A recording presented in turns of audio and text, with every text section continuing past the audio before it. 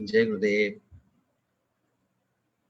गुरु ब्रह्मा गुरु Vishnu chant करेंगे, उसके बाद हम लोग शुरू करेंगे।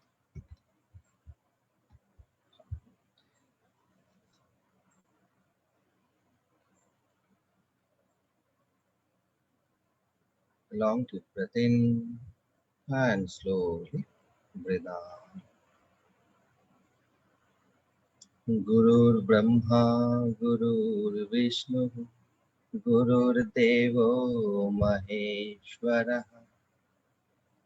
Gurur Sakshat Param Brahma Tasmai Shri Gurave Namaha Tasmai Shri Gurave Namaha।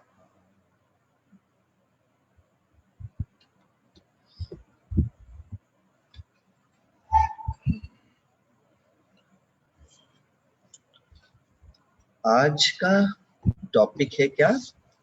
Spirituality and dispassion, है ना? अध्यात्म और वैराग्य।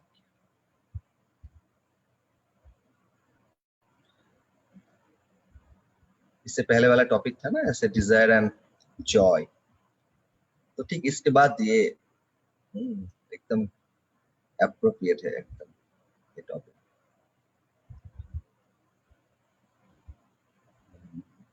तो हम देखेंगे आज स्पिरिचुअलिटी क्या है, फिर जानेंगे उसको वैराग्य क्या है। दोनों को अच्छे से जाने, फिर एक दूसरे के साथ कैसे जुड़ा हुआ है उसको भी समझेंगे। और हमारा स्पिरिचुअलिटी में आगे बढ़ने के लिए वैराग्य की क्या आवश्यकता है, क्या भूमिका है।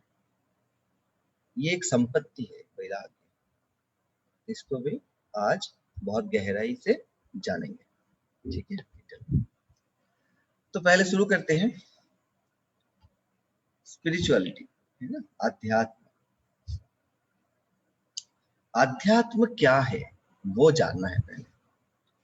अध्यात्म तो कह दो, मतलब अध्यात्म, आत्मा का अध्ययन, इस शब्द का अर्थ ही यही आता है। अपने आप को जानना, ये अध्यात्म। अपने केंद्र पे टिकना,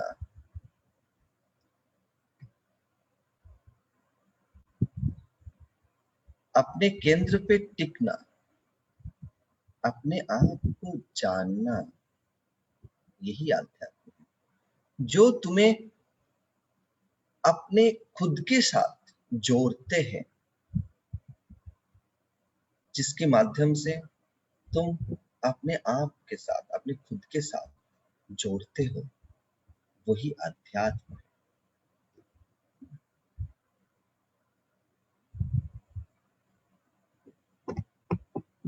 और इसका पथ दिखाने वाला कौन है? वही गुरु है जीवन में, वही सद्गुरु है। और अगर देखिए दूसरी तरफ ओर से,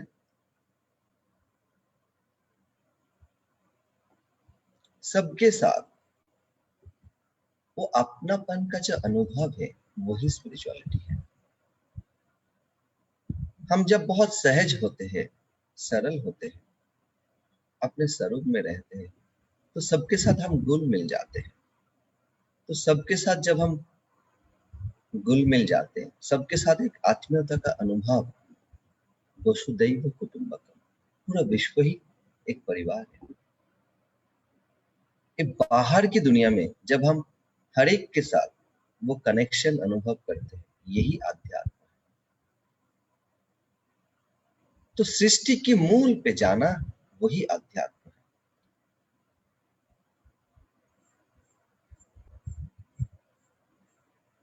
एक फूल को अगर आप देखेंगे, तो फूल अगर लगेगा आपको एक पेड़ में लगा हुआ है,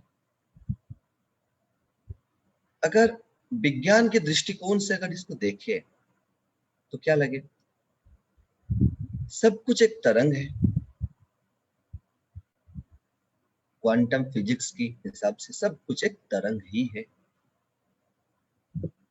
हर चीज अणु से बने हुए हैं, उसको भी अगर तोड़ेंगे तो हर चीज उसमें परमाणु मिलेंगे।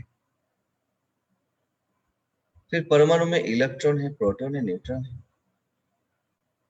तो एक फूल, फूल है, फ्लावर, फूल है, उसके केंद्र पे जाना, उसकी डीएनए में जाना, यही अध्यात्म है।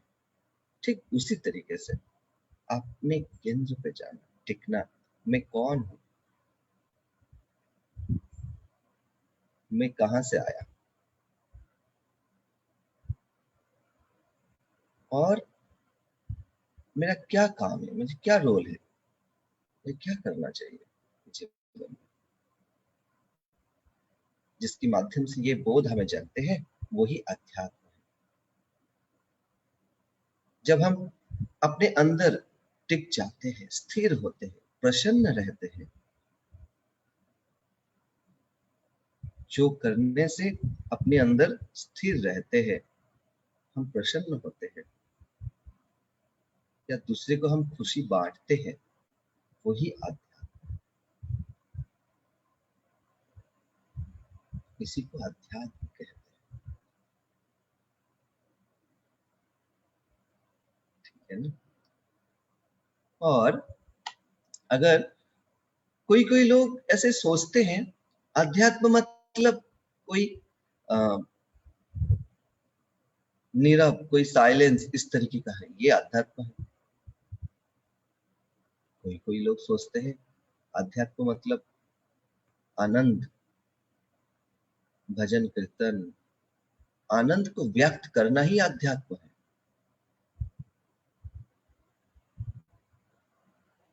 अगर देखोगे इंडिया में बहुत सारे स्टेट में ऐसे भजन होते हैं, कीर्तन होते हैं, आनंद को बाहर की ओर व्यक्त करते हैं।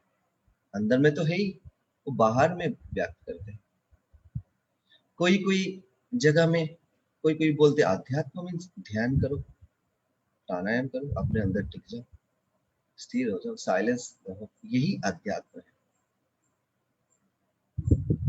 अध्यात्म इस दोनों का मिश्रण है। बाहर की आनंद और अंदर की जो नीरवता है, साइलेंस है, जो स्थिरता है, और अंदर की आनंद, खुशी, और बाहर की स्थिरता में जो बैलेंस है, जो एकता है, यही अध्यात्म है। इसके माध्यम से होते हैं, इसी को अध्यात्म कहते हैं।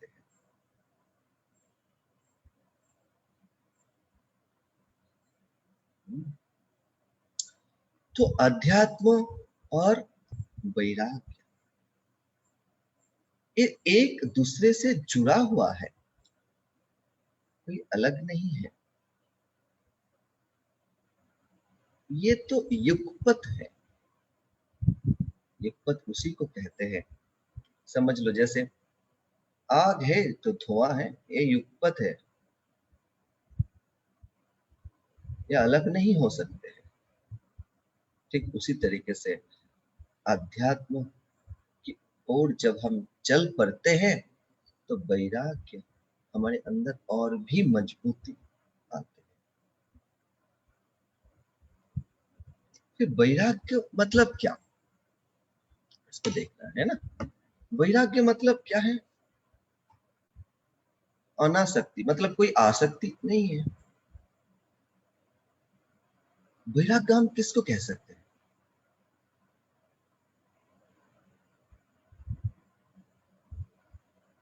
आसक्ति से रहित होके जो हम करते हैं वही वैराग्य है। इच्छा की जड़ से पीड़ित ना होके हम उसी के पीछे लगे रहते हैं या काम करते हैं, वो वैराग्य है। मन जब वर्तमान में रहते हैं तो प्रसन्न होते हैं, खुश रहते हैं, आनंदित रहते हैं, प्रेममय हो जाते हैं, हम अपने स्वरूप में आ जाते हैं, यही वैराग्य है।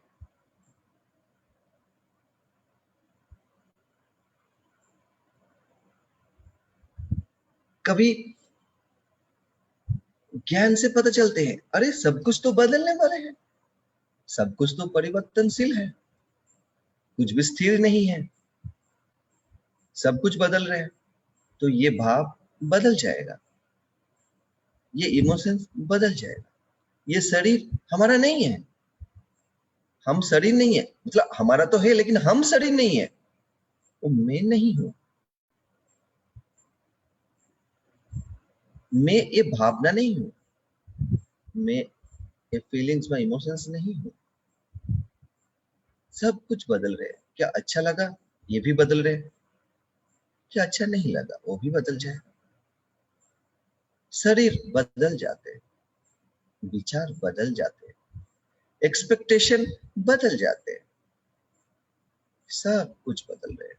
शरीर की हड्डी बदल जाते हैं, हमारा ब्लड वो भी बदल जाते हैं, सेल भी कंटिन्यू बदल ही रहे हैं। दुनिया में सब कुछ बदल रहे हैं, तो सब कुछ बदल जाएगा। तो कुछ अच्छा लगा वो भाव भी बदल जाएगा, कुछ अच्छा नहीं लगा किसी कोण से ही हो, कोई भी एंगल से हो, वो भी बदल जाएगा, कुछ स्थिर नहीं। तो ये ज्ञान जब हमारे अंदर मजबूत हो जाते हैं, पक्का हो जाते हैं, यही वैराग्य है। ये तो विवेक से होते हैं, लेकिन इसके पीछे पीछे ये बदल जाएगा, ये सोच विवेक है, ये विचार विवेक है, लेकिन फिर हम सब कुछ छोड़ के अपने केंद्र पे टिक जाते हैं, यही वैराग्य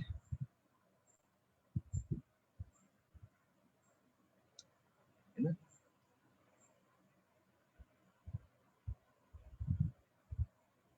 वैराग्य मतलब हम जब वर्तमान में रहते हैं, ये वैराग्य।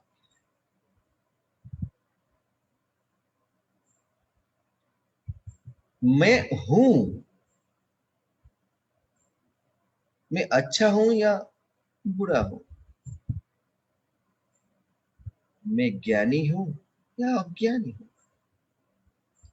मैं पढ़े लिखे हूं या अनपढ़ हूं,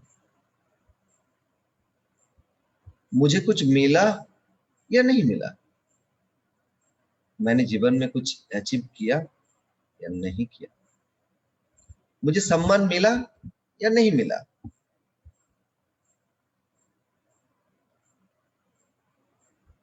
लेकिन मैं हूं, ये बोध ही वैराग्य। तो इससे कुछ नहीं फर्क पड़ता, मैं हूं, ये सबसे बड़ी बात।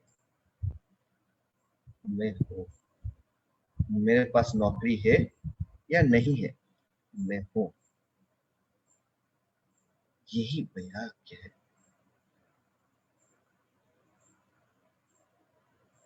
वैराग्य से हर आसक्ति, हर कामना का जो बंधन है वो छूट जाते हैं, वो ढीला पड़ जाते हैं,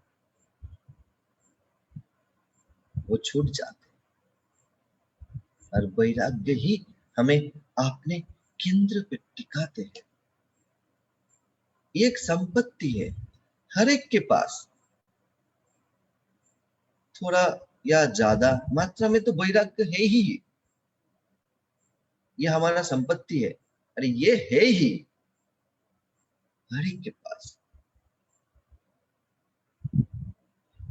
क्योंकि हम कभी ज्ञान से छोड़ते हैं या गुस्से से छोड़ते हैं या थक के छोड़ते हैं, कभी ना कभी हम तो छोड़ते ही हैं। ये जो छोड़ते हैं यही वैराग्य है।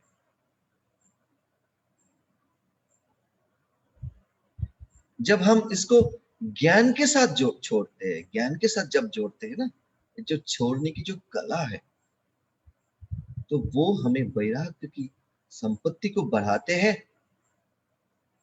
और हमें अपने आप के साथ जोड़ते भी है। और जिसकी माध्यम से हम अपने आप के साथ जोड़ते हैं, वही तो वैराग्य है, वही तो स्पिरिचुअलिटी है।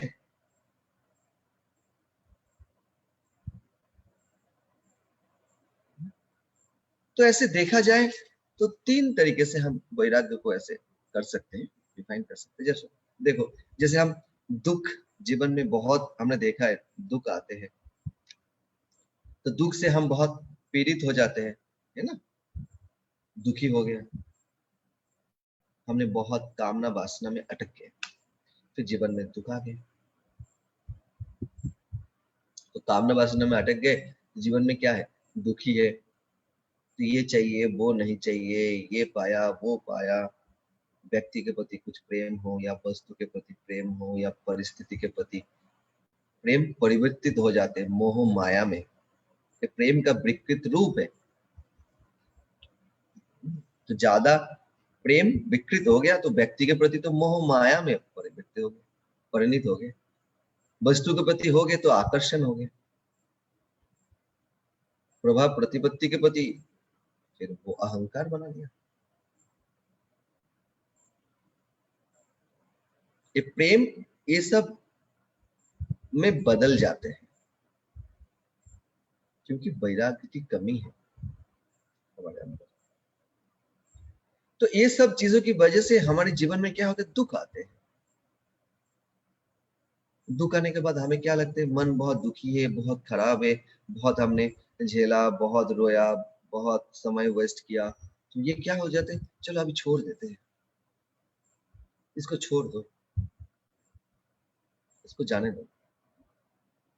होता है ना, ऐसे थक गए, परेशान हो गए, चलो भाई छोड़ दो, इसको समझाया सुना नहीं, उसको बोला ये माना नहीं, जीवन में कुछ मिला या नहीं मिला, कुछ मिला नहीं, कुछ पाया नहीं, ये सब करके हम रोते गए, दुखी होते गए, फिर एक दिन क्या किया, चलो भाई जाने दो इसको, ऐसे करके हम छोड़ देते हैं। एक तरीके का वैराग्य आ गया, ठीक है नहीं। दूसरा, खुशी से होते हैं। कैसे, हम एक जगह में रहते हैं, एक स्थिति में हम रहते हैं, उससे दूसरा स्थिति में जाने की जो इच्छा है, उससे भी हमें जीवन में वैराग्य आता है, दूसरा स्थिति का आ गया। तीसरा क्या है, ज्ञान से होते हैं। हम देखते हैं, जैसे अभी मैं बता रहा था, जो सब कुछ बदलने वाले हैं, सब कुछ बदलने वाले हैं, कुछ तो स्थिर है नहीं, सब कुछ बदल रहे हैं, तो सब कुछ बदल जाएगा। तो कोई व्यक्ति के प्रति, वस्तु के प्रति, फाइव सेंसेस के प्रति, परिस्थिति के प्रति हमें ज्यादा अटैचमेंट है, आसक्ति है, फिर वो भी थोड़ी दिन में बदल जाएगा, सब परिवर्तित हो जाएगा। तो ये विवेक जब जागृत होते हैं, उससे हमारे अंदर वैराग्य आते हैं, तो सब हम छोड़ देते हैं, फिर हम सब छोड़ते हैं, फिर अपने केंद्र पे टिक जाते हैं, स्थिर हो जाते हैं, अपने आप पे स्थिर हो जाते हैं, शांत हो जाते हैं। यही वैराग्य है। वैराग्य मतलब कुछ करना नहीं, वैसे नहीं है, जो मुझे कुछ नहीं करना है, सिर्फ बैठे रहना है, वैसे तो है नहीं, बिल्कुल ही नहीं है। वैराग्य मतलब आपको कुछ करना है, यही वैराग्य है। एक मिनट,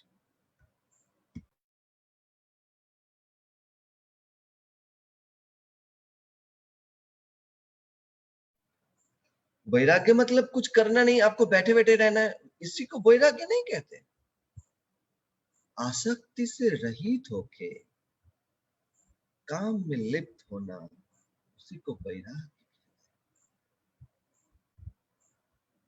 आलसी होके बैठना को वैराग्य नहीं कहते। काम से कोई, काम मतलब इच्छा की जड़ से पीड़ित नहीं हो, ना होके उस काम पे लग जाना, उसको अमन करना है, उसको उसके पीछे लग जाना, उस इच्छा के पीछे, उस संकल्प के पीछे, उसी को वैराग्य कहते हैं। मतलब कामना की जड़ आपको और भी दुख में लेके जाएंगे।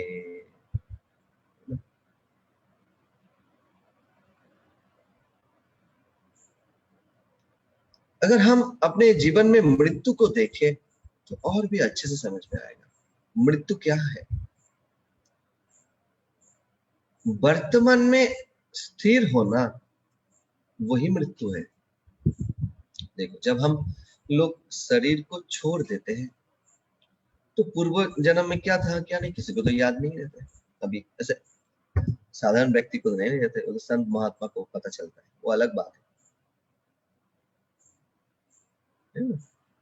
वो तो पता नहीं चलते। तो मृत्यु हुआ, नया शरीर लिया, तो सारे भूल गए पुराना,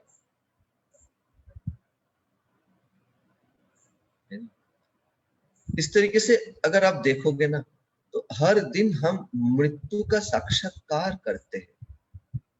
कैसे? जब हम रात में सोते हैं, वो ही एक मृत्यु का झलक है। जब हम रात में सोते हैं, वो एक मृत्यु का झलक है, उसके अलावा कुछ नहीं। रात में क्या सोते समय हमें क्या होते पता नहीं चलता, नींद आ जाते, फिर क्या होते, हम कहाँ जाते हैं, क्या वो पता नहीं चलता। मृत्यु के बाद भी हम क्या करते हैं, कहाँ जाते हैं, वो भी हमें ज्ञान नहीं। जैसे गीता में कहते हैं, मरने से पहले अगर आपका कोई लास्ट वाला जो आखिरी विचार हो, वही अगला जन्म में आपको उसी हिसाब से आपको जन्म होता है। अगर आप नींद के समय भी अगर आप पूरा सजग हो, अगर आप अपने आप का जो विचार है लास्ट, उसको अगर आप पकड़ सकते हो, थोड़ा कठिन है, तो आप देखोगे सुबह जब आपका नींद खुलता है और उसी सोच से आपका स्टार्ट होता है दूसरा दिन। तो नींद एक मृत्यु का झलक है।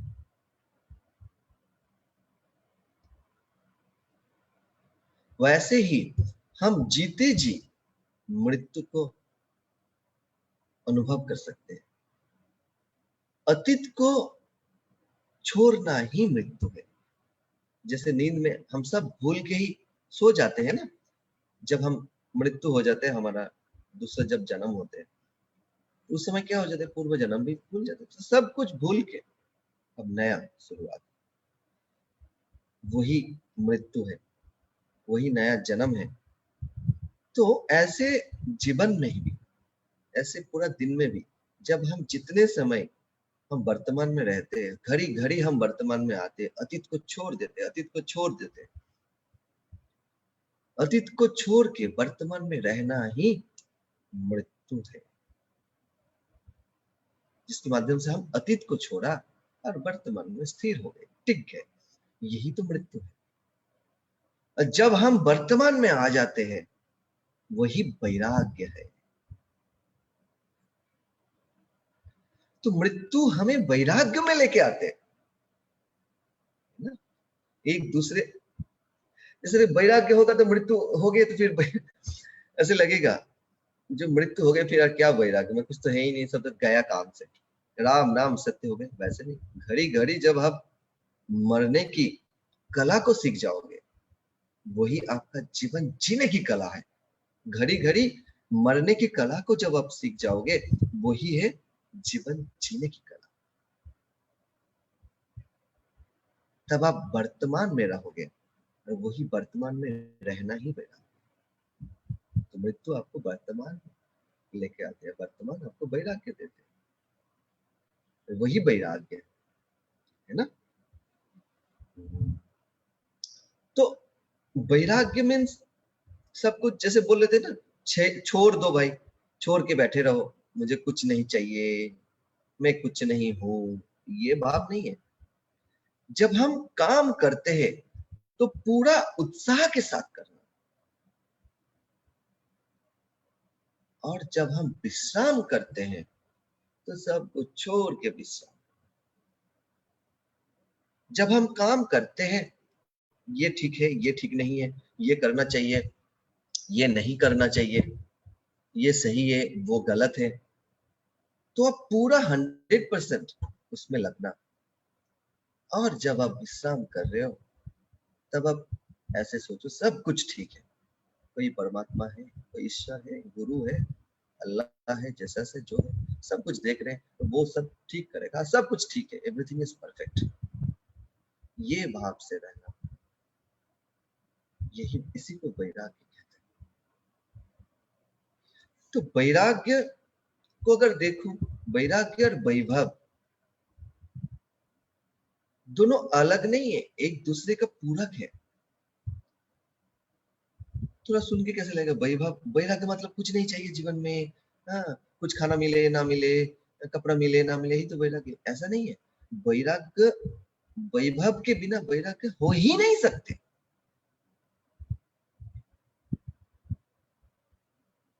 प्राचुर्यों के बिना आपके अंदर वैराग्य जग ही नहीं सकता।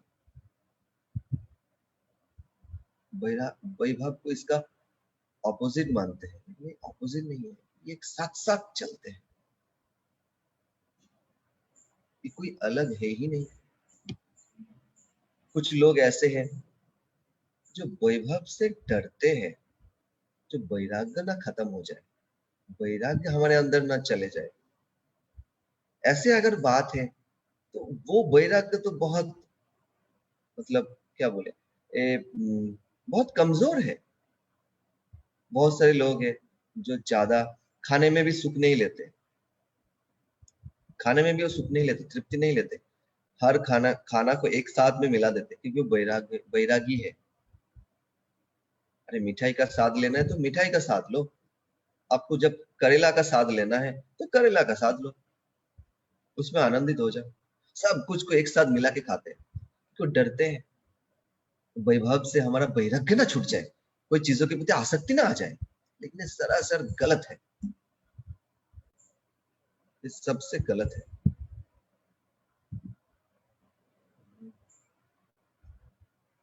इससे बड़ा गलत यार कुछ नहीं है। जो वैराग्य वैभव से टूट जाए, वो वैराग्य वैराग्य है ही क्या। वैभव बहुत इंपॉर्टेंट है, वैभव के बिना वैराग्य आ ही नहीं सकता, और वैराग्य के बिना आप वैभव को भोग भी नहीं सकते, उसका आनंदित भी नहीं ले सकते।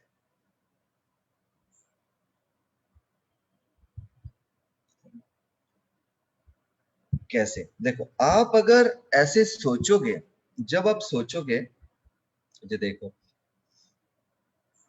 हम कितना कृतज्ञ हैं, हमारे अंदर कितना कुछ है, हमारे अंदर बहुत पैसा है हमारे पास, हम बहुत खुश हैं।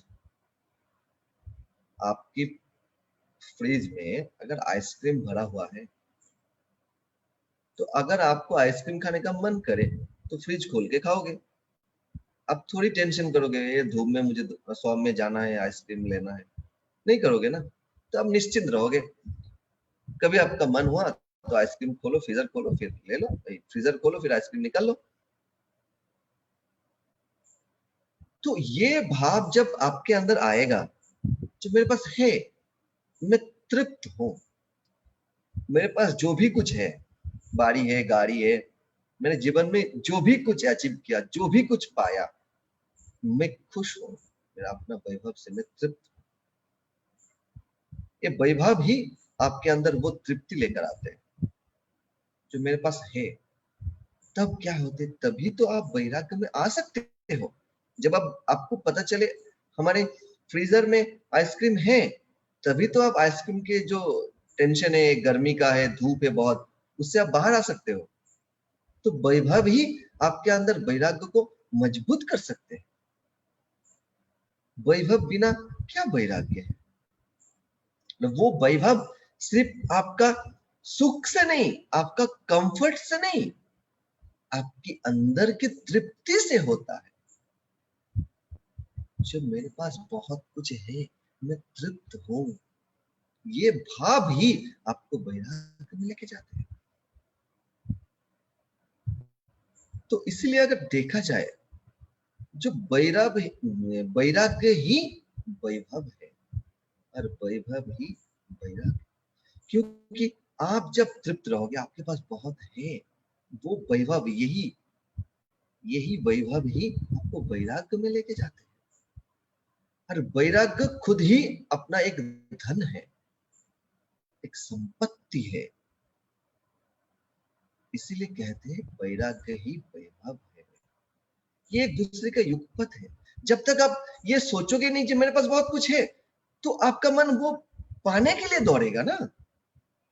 सिंपल सी बात है, उसको अचीव करना है। आपको अगर 100 रुपया की जरूरत पड़े, आपके जेब में अगर 2000 रुपया है, तो क्यों आपको 100 रुपया के लिए इधर उधर देखना है, एटीएम में जाना है, किसी से मांगना है या घर जाना है, उठाओगे। तो ये बोध ही आपके अंदर वो तृप्ति लेके आ सकते हैं। तो वैभव भी आपको वैराग्य की ओर लेके जाते हैं ना। तो वैभव ही वैराग्य है, वैराग्य खुद ही एक वैभव है। समझ में आ रहे हैं ना।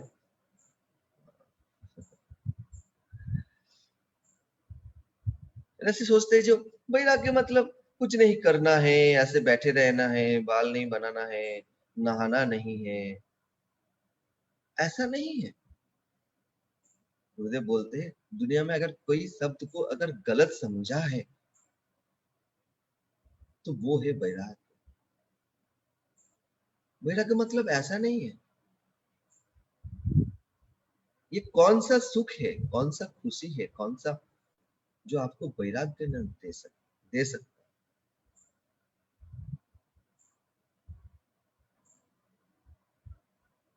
कश्य सुकश्य ना करोति वैराग। कौन सा सुख है जो आपको वैराग्य नहीं दे सकता। क्यों?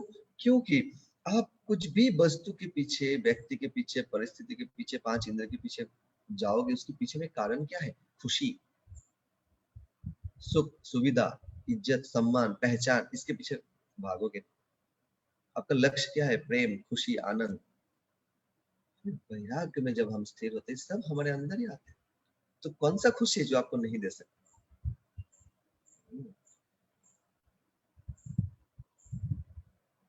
वैराग्य आपको और भी सुंदर बनाते हैं। ऐसा नहीं है जो एक टांग में खड़े हो जाओ, शरीर को पीड़ित करो, ऐसा ये वैराग्य के निदर्शन भी नहीं है। हम तप के नाम में भी ये सब करते रहते हैं। हम सोचते हैं हमें कोई चीजों पे प्रति कोई आसक्ति नहीं है, हम ये करें। ये बहुत ही गलत है ना।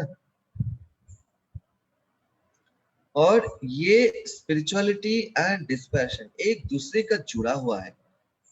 जब हम वैराग्य की ओर चल पड़ते हैं तो हमारे अंदर खुशी आते हैं, सुख आते हैं, शांति आते हैं, और हमें अपने आप के साथ जोड़ते हैं। यही स्पिरिचुअलिटी है, ठीक है ना। यही क्या है? यही इसी को कहते हैं स्पिरिचुअलिटी। तो हमें जानना है सुख क्या है और खुशी क्या है। स्पिरिचुअल तो हम बन गए, सुख क्या है और खुशी क्या है। तो हम सुख के लिए या खुशी के लिए हम जीवन में बहुत कुछ करते हैं। तो हम इज्जत, सम्मान, पहचान, है ना, पैसा, सब कुछ कमाना चाहते हैं जीवन में। ये सब चाहिए। ये सारे खुशी है, हमें कंफर्ट तो देते हैं। ये भौतिक बात है। भौतिक बात हमें जीवन में कंफर्ट तो देते हैं, लेकिन खुशी की ओर लेके नहीं जाता, जा सकता।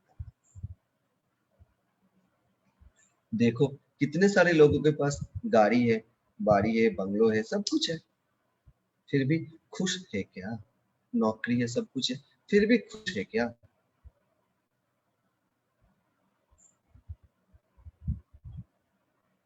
सुख ये बहुत स्थूल है, ये बदलते रहते हैं। खुशी को अगर देखें बहुत सूक्ष्म है, इसको समझना है। हम तो सिर्फ हम कुछ भी करते, पढ़ाई करते, नौकरी करते हैं या बिजनेस करते हैं या कुछ भी करे, या कुछ भी करे, पढ़ाई करो, नौकरी करो, बिजनेस करो,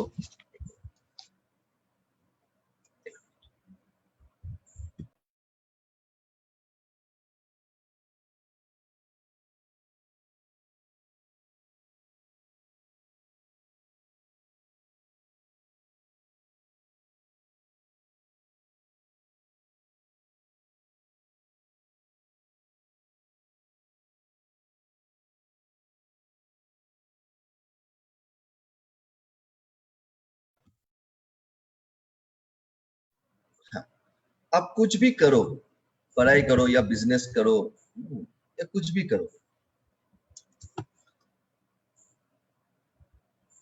तो आप सुख के पीछे दौड़ रहे हो क्या, या खुशी के पीछे दौड़ रहे हो?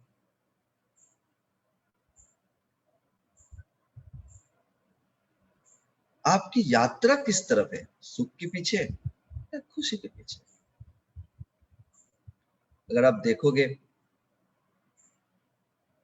हमारे अंदर अगर वैराग्य मजबूत होते हैं, या वैराग्य को जब हम चलते हैं, तो हम जीवन में सुख के पीछे नहीं, हम खुशी की ओर चलते हैं। तृप्ति, खुशी, प्रेम, आनंद, इसके पीछे दौड़ते हैं। स्थूल जो है, सुख, सुविधा, इज्जत, सम्मान, पहचान, ये बदलते रहते हैं, द्वैत है। और जो खुशी है, तृप्ति, आनंद है, अद्वैत की ओर लेके जाते हैं। तो जब हम अपने अंदर टिकते हैं, तो हम खुशी के पीछे दौड़ते हैं, और ये वैराग्य से आते हैं। अगर वैराग्य में ढीला पड़ गए तो हम आसक्त हो गए, आसक्ति से हम सुख के पीछे दौड़ते हैं।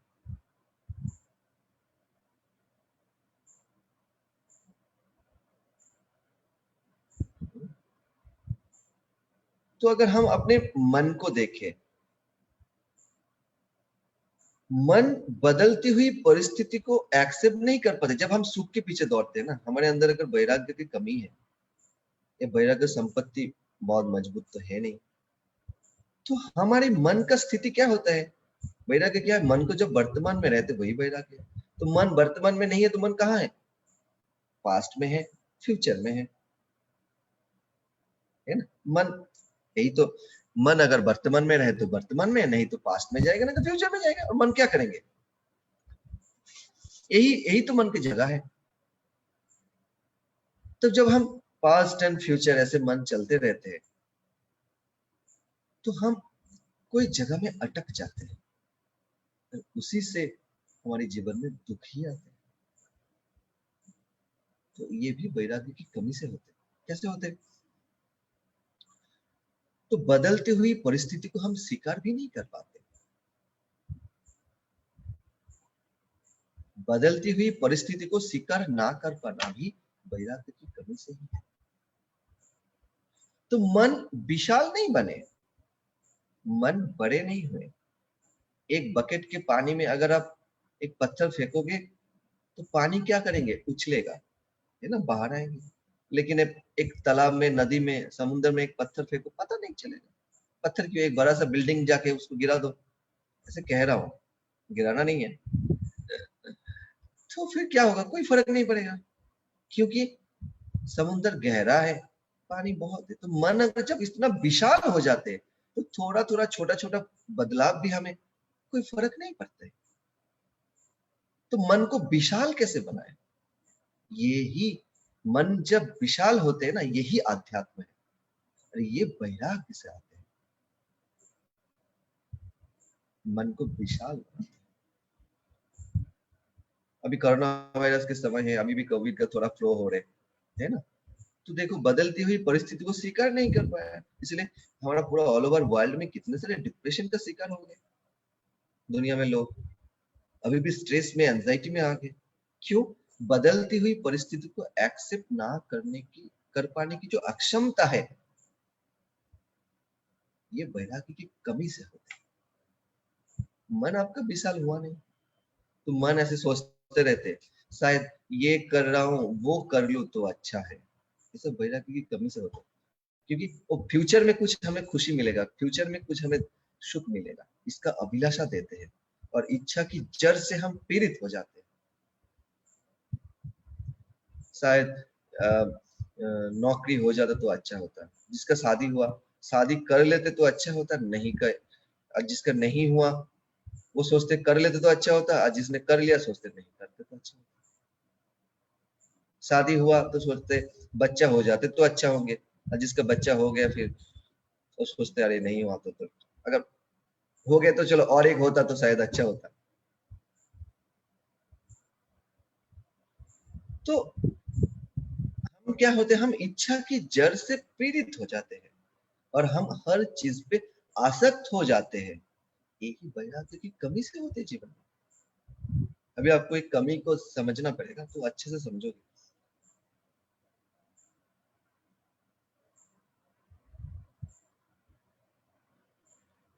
अध्यात्म क्या है? जो हम अंदर में टिकते हैं, सबके साथ वो बिलोंगिंगनेस का महसूस करते, वो अगर अध्यात्म है, तो वो मन छोटा, मन तब बड़ा हो जाते, छोटा से मन विशाल हो जाते। जब हम अध्यात्म मुखी होते, मन विशाल हो जाते। हमारे अंदर वैराग्य जागी, वैराग्य की ओर हम चल पड़े, तो मन भी विशाल हो गया। और ये इसी को अध्यात्म कहते हैं। लेकिन ये नहीं हुआ तो हम इच्छा की जड़ से पीड़ित हो जाते हैं। आई बात ना समझ में आए ना? इच्छा की जड़ से पीड़ित हो गए, और इच्छा की जड़ से पीड़ित हो गए।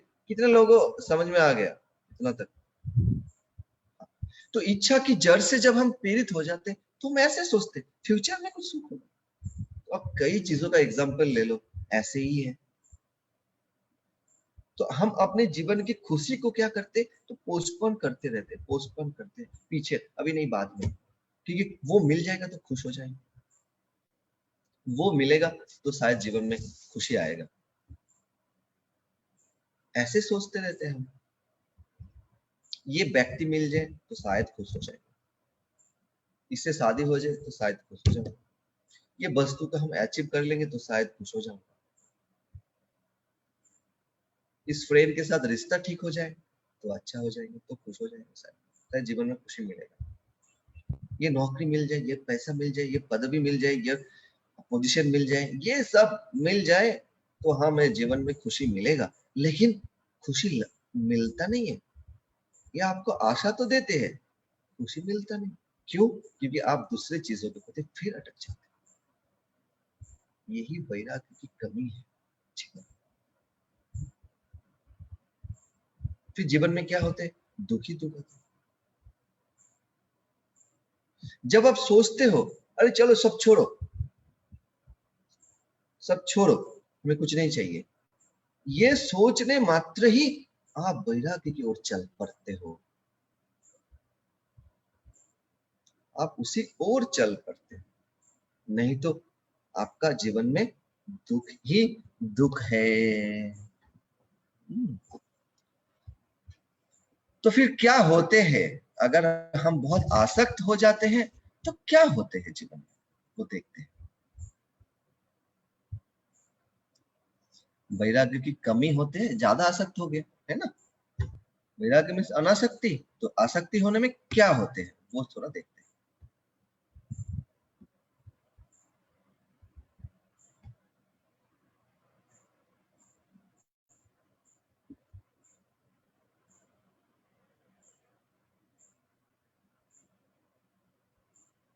हाँ,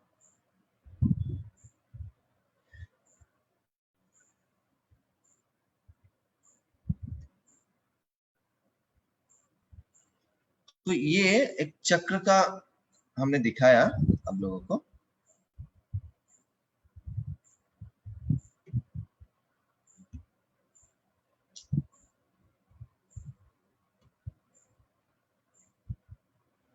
एक से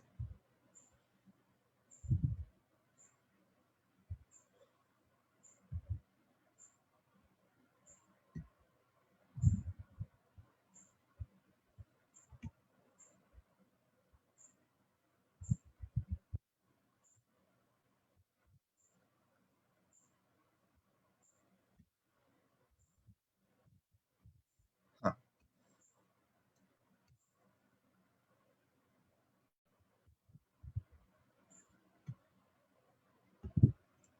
लैपटॉप की थोड़ा सा हैंग होता है तो कभी कभी ऐसे। हाँ, चलो। तो हमारा शरीर में कितना चक्र है? 109 चक्र है ना? 109 में से 108 है जो हमारा स्थूल शरीर में रहते हैं, एक सूक्ष्म शरीर में। उनमें से मुख्य 9 है, उनमें से मुख्य है 7। तो ये हो गया 109 चक्र।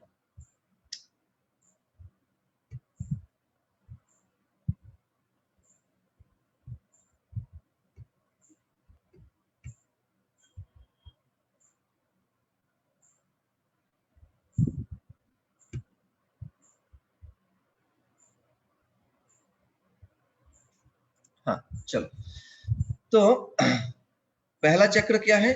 7 चक्र हमारे रीढ़ की हड्डी के साथ साथ होते हैं। तो पहला चक्र क्या होता है? इसको बोलते हैं मूलाधार चक्र। उसके ठीक 4 इंच ऊपर जननेंद्रिय के पीछे स्वादिष्ठान, उसके ठीक ऊपर नाभि के पास नेवल रीजन बोलते हैं इसको, तो मणिपुर चक्र हो गया यहाँ पे। फिर हार्ट रीजन छाती के पास अनाहत चक्र, गले में विशुद्धि चक्र थ्रोट रीजन ये, और दोनों भ्रू के बीच में आंख का चक्र, और सर पे, सर की चोटी पे सहस्त्र चक्र। तो हर एक चक्र में कुछ इमोशंस है, कुछ पॉजिटिव है कुछ नेगेटिव है। तो उसके हिसाब से हर एक चक्र में कुछ पॉजिटिव इमोशंस भी है, कुछ नेगेटिव इमोशंस भी है। तो ऊर्जा कभी सकारात्मक के रूप से पॉजिटिव इमोशंस के रूप में प्रकट होते हैं, कभी नेगेटिव इमोशंस के रूप में भी प्रकट होते हैं। तो ऊर्जा जब पॉजिटिव इमोशंस के रूप में प्रकट होते हैं तो मूलाधार चक्र में ये पॉजिटिव के रूप में उत्साह के रूप में प्रकट हुआ, स्वादिष्ठान चक्र में जाके क्रिएटिविटी के रूप में प्रकट हुआ, मणिपुर चक्र में जाके जॉय एंड जेनरसिटी के रूप में प्रकट हुआ, अनाहत चक्र में जाके प्रेम के रूप में प्रकट हुआ, और विशुद्धि चक्र गले में जाके कृतज्ञता के रूप में प्रकट हुआ, दोनों भ्रू के बीच में जाके सजगता के रूप में प्रकट हुआ, और सहस्त्र चक्र में जाके ये आनंद के रूप में प्रकट हुआ। अगर ऐसे नहीं होते हैं तो मूलाधार चक्र में ऊर्जा नेगेटिव इमोशंस के रूप में प्रकट हुआ, वो जड़ता के रूप में हुआ। फिर स्वादिष्ठान चक्र में जाके काम वासना के रूप में हुआ, मणिपुर चक्र में जाके ग्रीड एंड जेलसी के रूप में प्रकट हुआ, और गले में जाके दुख के रूप में प्रकट हुआ, आंख का चक्र में जाके गुस्सा क्रोध के रूप में प्रकट हुआ। हो गया ना। और सहस्त्र चक्र में कोई नेगेटिव नहीं है, नेगेटिव कुछ नहीं है, लेकिन ये आनंद की अनुभूति नहीं देते। अच्छा, अगर हमारे अंदर ये तो आप लोगों को पता ही है, तो फिर भी हमने थोड़ा सा एक्सप्लेन कर दिया समझने के लिए, अगर कोई नया सुन रहे तो हर एक चक्र में कुछ पॉजिटिव इमोशंस, हर एक चक्र में कुछ पॉजिटिव इमोशंस भी है, कुछ नेगेटिव इमोशंस भी। तो ऊर्जा अगर पॉजिटिव के रूप में प्रकट हुआ तो नेगेटिव नहीं होते, नेगेटिव हुआ तो पॉजिटिव नहीं होते। तो मजेदार बात क्या है, अगर मूलाधार चक्र में ऊर्जा अगर सकारात्मक के रूप में मतलब पॉजिटिव के रूप में प्रकट हुआ तो सारे चक्र में ऊपर की तरफ पॉजिटिव के रूप में प्रकट होते होते जाते हैं। अगर ऊर्जा अगर यहीं पे नेगेटिव के रूप में प्रकट हुआ तो फिर ये नीचे की तरफ आते हैं और हर चक्र में नेगेटिव इमोशंस के रूप में प्रकट होते हैं। जैसे आपके अंदर मूलाधार, आपके अंदर अगर उत्साह की ऊर्जा अगर उत्साह के रूप में प्रकट हुआ तो मूलाधार चक्र में ऊर्जा अगर उत्साह के रूप में प्रकट हुआ, उत्साह के बाद आपको कुछ करने की इच्छा जगती है, क्रिएटिविटी के रूप में प्रकट होते हैं। उसके बाद मणिपुर चक्र में आपको जेनरसिटी एंड जॉय, खुशी मिलती है, उदारता आते हैं आपके अंदर, उदारता के रूप में प्रकट होते हैं। उसके बाद अनाहत चक्र में प्रेम के रूप में प्रकट हुआ, प्रेम के बाद अनाहत चक्र में विशुद्धि चक्र में कृतज्ञता के रूप में प्रकट हुआ, फिर कृतज्ञता के बाद आग का चक्र में सजगता के रूप में प्रकट हुआ, फिर सजगता के बाद सहस्त्र चक्र में आनंद के रूप में प्रकट हुआ। हो गया ना। अगर आपके अंदर आनंद के रूप में प्रकट नहीं हुआ तो फिर आपके अंदर कोई गुस्सा आते हैं, क्रोध आते हैं, फिर गुस्से से आपको दुख हुआ विशुद्धि चक्र में, फिर उसके बाद दुख के बाद आपको भय लगते हैं, कुछ घृणा जगते हैं, उसके बाद आपको ग्रीड जेलसी आते हैं, है ना।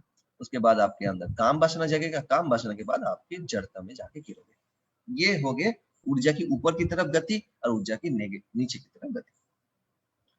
अगर आपके अंदर वैराग्य मजबूत नहीं है, संपत्ति कमी है, तो क्या होते हैं, आप कोई चीजों के प्रति आसक्त हो जाते हैं। यही है ना वैराग्य।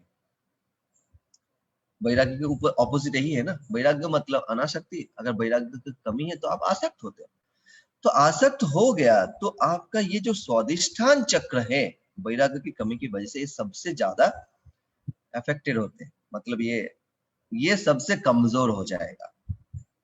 क्यों? क्योंकि आप काम वासना में आ गए, आसक्त हो गए कोई चीजों के प्रति। तो ये देखो, काम वासना यही चक्र में सबसे ज्यादा आते हैं, और इसके बाद आप जड़ता में गिरते हो। अगर आप समझ लो 5 फ्लोर बिल्डिंग है, फर्स्ट फ्लोर में अगर आग लग गया तो ऊपर की फ्लोर में हम उम्मीद कर सकते धुआं जाएगा, है ना?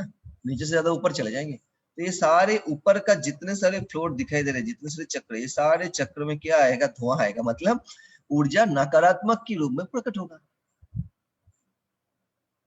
काम वासना, फिर jealousy, fear, hatred, sorrow, anger, सारे के सारे आएंगे। देखो कि मजेदार। फिर क्या होगा? फिर जीवन हिला हुआ रहेगा। जीवन में ना कोई प्रगति है, ना कुछ है, कुछ नहीं मिलेगा जीवन में, दुख ही दुख है।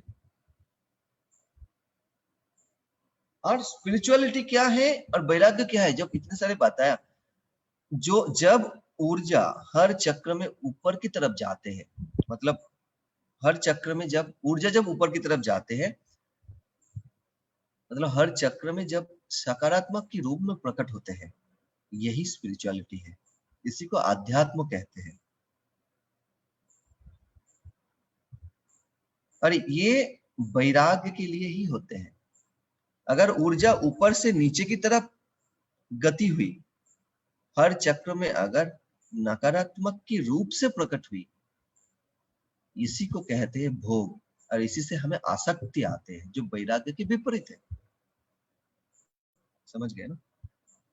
तो ये जो चक्र है, स्वादिष्ठान चक्र, सबसे ज्यादा अफेक्टेड होंगे, मतलब हिला हुआ रहेंगे, अनस्टेडी रहेंगे। ऊर्जा यहाँ पे एकदम स्थिर नहीं रहेंगे ये चक्र में। उसके लिए क्या होगा? ये स्वादिष्ठान चक्र जल तत्व के साथ जुड़ा हुआ है। जल तत्व हमारे जो 5 तत्व में से एक मुख्य तत्व है, और ये तत्व हमारे 5 इंद्रियों में से एक इंद्रियों के साथ जुड़ा हुआ है, जीव के साथ। तो कैसे होगा? ये चक्र की ऊर्जा अगर स्थिर नहीं है, स्वादिष्ठान चक्र, तो आपके अंदर क्या होगा? आपके अंदर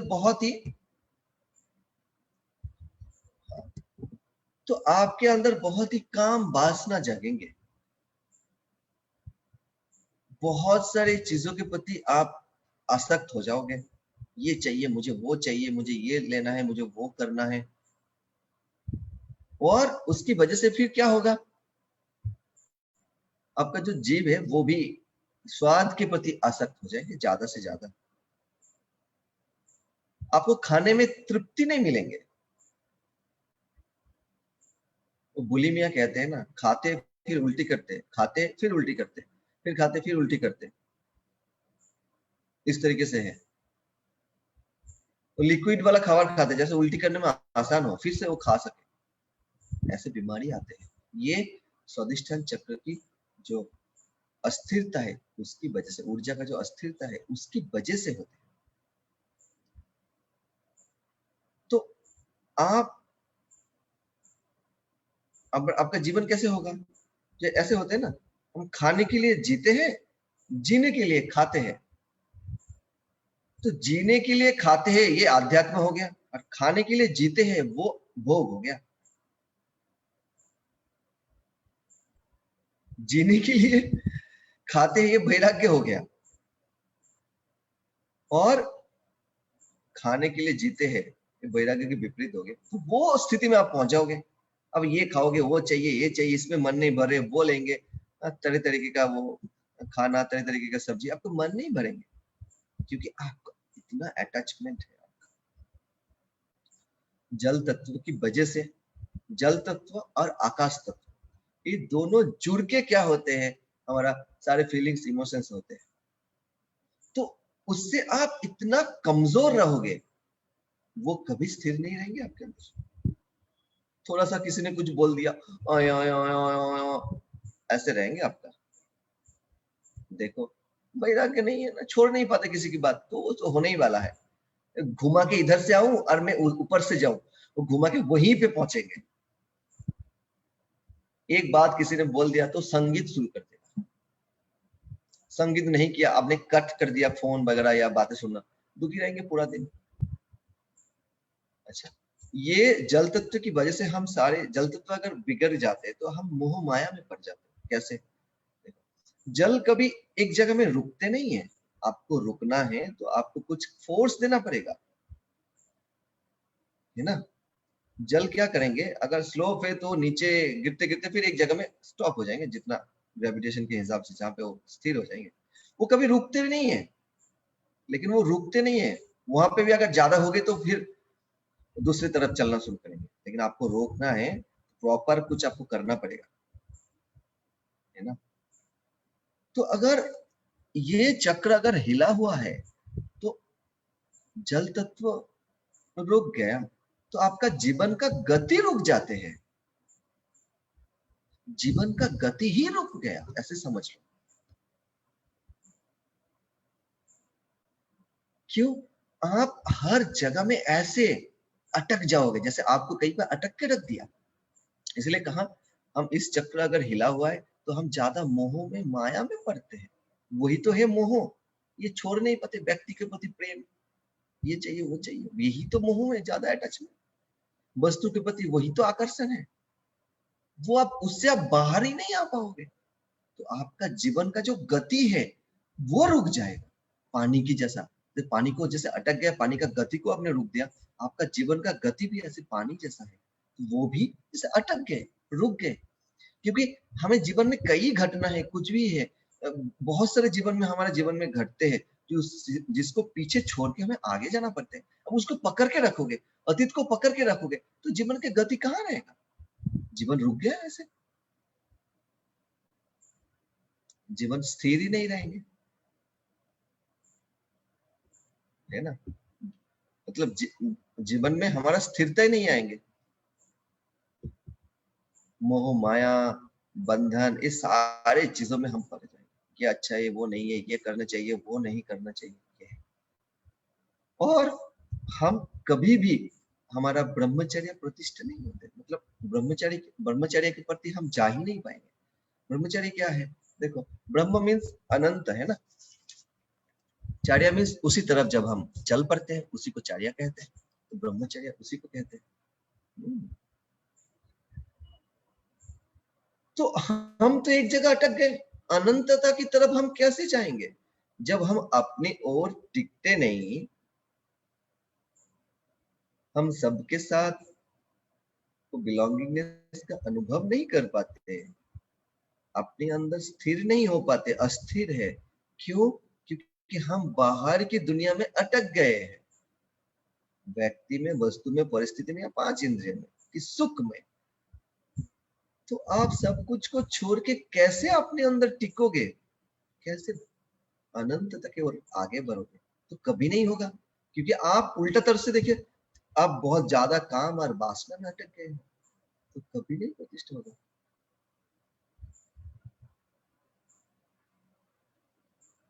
पानी को देखो, कोई भी पात्र में रखो, उसी का आकार लेते हैं।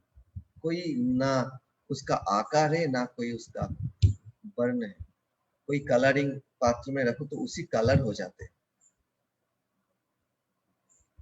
अध्यात्म उसी को कहते हैं, जो हम सबके साथ घुल मिल जाते हैं, हर जगह में हमें रखे, हम उसी स्थिति में हम रह पाते हैं। यही तो स्पिरिचुअलिटी है। सिर्फ सबके साथ बिलोंगिंगनेस का अनुभव करना ही नहीं, हम कई जगह में हैं, ऐसा स्थिति जो आपको मच्छरदानी नहीं मिला तो फिर आपका नींद ही नहीं होगा। अरे नहीं मिला, नहीं मिला, कई गर्मी है तो है, कभी ठंडी है तो है, आपको अच्छे से खाना मिला या नहीं मिला। सब सब स्थिति को जब आप स्वीकार कर पाओगे, ये उसी को अध्यात्म कहते हैं। लेकिन ये तो आप कर ही नहीं पाओगे, क्योंकि आप अटके हो कोई चीजों पे। आपका स्वभाव वो पानी जैसा बनेगा ही नहीं, क्योंकि पानी जैसा बनने के लिए आपको स्वादिष्ठान चक्र की जो ऊर्जा है उसको स्थिर होना पड़ेगा। और ये ऊर्जा स्थिर नहीं है क्योंकि आप आसक्त हो, आपके अंदर वैराग्य नहीं है। तो वैराग्य नहीं है तो आप पानी जैसा सहज सरल वैसे बनोगे ही नहीं। और ऊपर का जितने सारे चक्र हैं सारे के सारे हिल गए, तो सारे नेगेटिव इमोशंस प्रकट हो जाते हैं हमारे जीवन में ज्यादा से ज्यादा। तो हम आत्मा की ओर यात्रा कर ही नहीं पाते, हम बाहर की दुनिया की ओर ही यात्रा करते हैं, हमारा दृष्टि बाहर की दुनिया की ओर ही चल पड़ते हैं।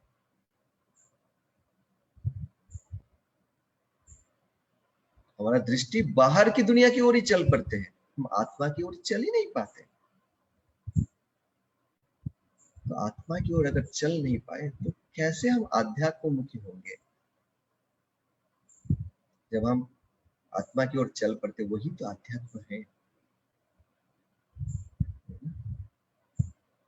तो वैराग्य और आध्यात्म एक दूसरे से जुड़ा हुआ है, युगपत है, एक दूसरे से अलग है ही नहीं, है ना? तो इससे अगर ऐसे सवाल है तो इससे कैसे, इस संपत्ति को कैसे बढ़ाए? देखो, ये संपत्ति हर एक के अंदर तो है ही, ये मान के चलो। पहली बात तो ये है। दूसरा बात, स्पिरिचुअल प्रैक्टिस, सेवा से, साधना से, सत्संग से हम इसको बढ़ा सकते हैं। क्यों? जितना आप स्थिर होगे उतना सारे बंधन आपको छूटेगा, वही तो वैराग्य है। और उतना आप स्थिर भी होते जाओगे, बंधन भी ढीला पड़ते जाएंगे। और हर विचार आए, हर भावना है, उसको एक साक्षी भाव से देखो। उठ रहे हैं लेकिन हम ये नहीं है। कोई विचार आया, विचार के साथ साथ कोई थॉट्स आए, उसके साथ साथ अनुभव भी आ जाते हैं, फीलिंग्स, इमोशंस भी आ जाते हैं, हमारा भावना भी आते हैं। तो उसको एक साक्षी भाव से देखो कि हम विचार नहीं है। और मन में कुछ भी उठा, उसको सरेंडर करो और विश्वास रखो, चलो ये पूरा हो जाएगा। अगर नहीं भी पूरा हुआ तो हमारे लिए अच्छा ही है, कुछ दूसरा कुछ अच्छा होने वाला है। इससे भी हम बंधन से छूट सकते हैं, बंधन ढीला पड़ जाता है। और जब हम खुश रहते हैं, तृप्त रहते हैं, जब हम खुश रहते, तृप्त रहते, तो तब क्या होते हैं? तब हमारे अंदर भी वैराग्य जागते हैं। और स्वादिष्ठान चक्र को बैलेंस करना है अच्छे से।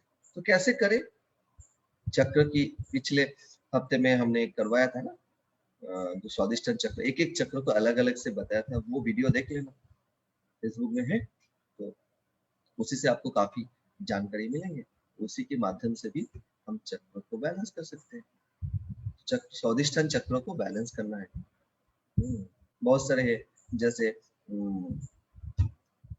पानी कैसे पीना है, क्या करना है, उसको बताया है ना, तो किस तरीके से पीना है।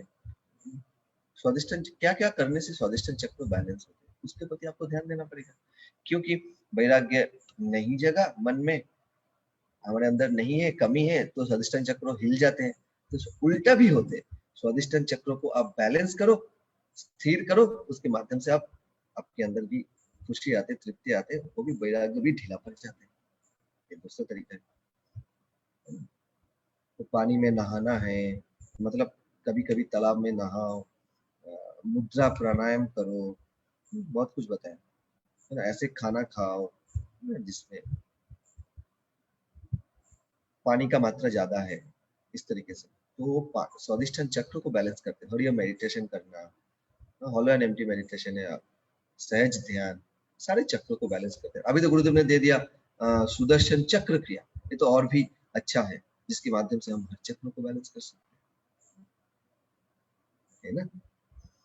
तो ये सारी चीज करने करके हम स्वादिष्टान चक्र को बैलेंस करते हैं। तो इसके माध्यम से हमारा वैराग्य की जो संपत्ति है ये बढ़ती है। तो स्वादिष्टान चक्र को बैलेंस करो, उसमें बहुत कुछ आ गया। सेवा से, साधना से, सत्संग से, ये भी हो गया। और साक्षी भाव से, विश्वास से, समर्पण से, है ना? और अपने अंदर वो तृप्ति, वो खुशी आपको वैराग्य को ले जाती है घड़ी घड़ी। इसलिए बोलते हैं तृप्त रहने की अभ्यास करो, खुश रहने की अभ्यास करो, तो आपको वैराग्य की ओर ले जाएगा। ठीक है। बस यही है। तो ये युगपत है, ये एक साथ ही चलते, कुछ अलग नहीं है। ठीक है, तो काफी हद तक क्लियर हो गया सभी को,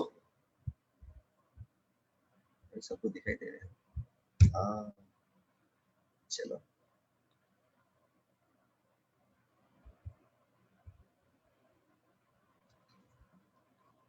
आज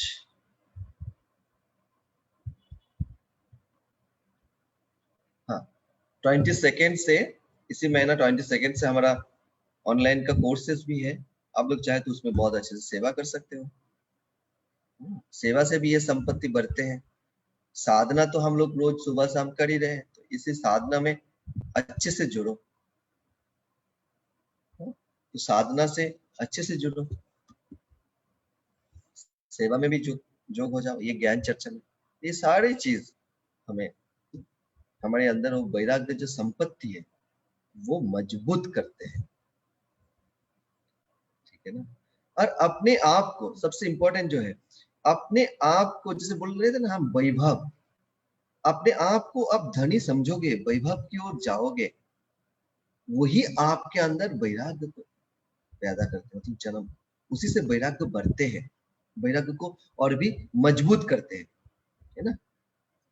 पाचुर जो मतलब ऐसे बोलते हैं ना, बहुत कुछ है, धन ही आपको वैराग्य की ओर लेके जाते हैं। हम सोचते हैं धन और वैराग्य कुछ अलग अलग चीज है भाई। वैराग्य मतलब कुछ होना नहीं चाहिए, धन मतलब बहुत कुछ है। धन ही आपको वैराग्य की ओर लेके चलता है, लेकिन वो अंदर में, अंदर से अनुभूति होनी चाहिए, है ना। वो अंदर से अनुभूति होना चाहिए। तो जब धनी है उसी में वैराग्य का जन्म होता है, ऐसे कहते हैं। वो अनुभव, तृप्ति का अनुभव ही आपको वैराग्य की ओर लेके चलते हैं। नहीं तो क्या होता है, अमित्व आ जाते हैं ना, अमित्व आ जाते हैं, मतलब मैंपन आ जाते हैं। जैसे हम अगर ऐसे सोचते, अरे गुरुदेव की बहुत सारी कृपा है, कृपा तो हमारे अंदर है ही, हमारे ऊपर है ही, लेकिन आप उसको महसूस करने के लिए जाओगे ना, महसूस कर, अनुभव कर छोड़ दो, लेकिन उसको परखने जाओगे तो आप सोचोगे बहुत कृपा है गुरुदेव का, मैं बहुत धन्य हूँ, उसके पीछे पीछे आ जाते हैं, मैं बहुत हतभागा हूँ, मैं बहुत बेवकूफ हूँ, मैं बहुत बदनसीब वाला हूँ, ऐसे आ जाते हैं। उसको अगर परख करने के लिए जाओगे, मतलब देखने के लिए जाओगे, तो क्योंकि हमारे अंदर वो अमित्व भाव आ जाते हैं, मैंपन आ जाता है। और जब मैंपन आ जाते हैं, मैं मेरा क्या होगा, मुझे क्या मिलेगा, मैं क्या, तो जब मैंपन आ गया तो कृपा खत्म हो जाते हैं। जहां पे मैंपन खत्म, वहीं से कृपा का शुरू। मैंपन आया, कृपा भी खत्म हुआ और वैराग्य भी चले गए, क्योंकि मेरा मेरा क्या होगा, और उतना अटैचमेंट आ जाते हैं हर चीज में। तो वो डोर को ढीला करना है, वैराग्य की डोर को मजबूत करना है, आसक्ति की जो डोर है उसको अगर ढीला करना है, तो मैंपन को खत्म करो। मैं भूल गया, वैराग्य मजबूत हो गया, कुछ है ही नहीं, कुछ बचा ही नहीं आपको बोलने का, आपको पाने का, आपको दुख करने का। एक बूंद पानी समुन्द्र में मिल गया तो पानी का कोई अस्तित्व नहीं रहता, बारिश का कोई अस्तित्व नहीं है। तो बारिश अगर है ही नहीं, तो वो क्या अच्छा है, क्या बुरा है, क्या गर्म है ना ठंडा है, उससे क्या फर्क पड़ता है। तो मैंपन खत्म, तो सारे आसक्ति, सारे दुख, सारे आ- आकांक्षा, सारे लाभ लक्षण सब खत्म। सिर्फ मैं, सिर्फ मैं भी नहीं हूँ, सिर्फ वही है। हम, उसमें भी मैं ही हूँ और मुझ में भी वही है, कोई अलग नहीं है। और यही अध्यात्म है, और इसी से हम वैराग्य को और भी बढ़ा सकते हैं। ठीक है ना। ओके, आज इतना ही। जय गुरुदेव।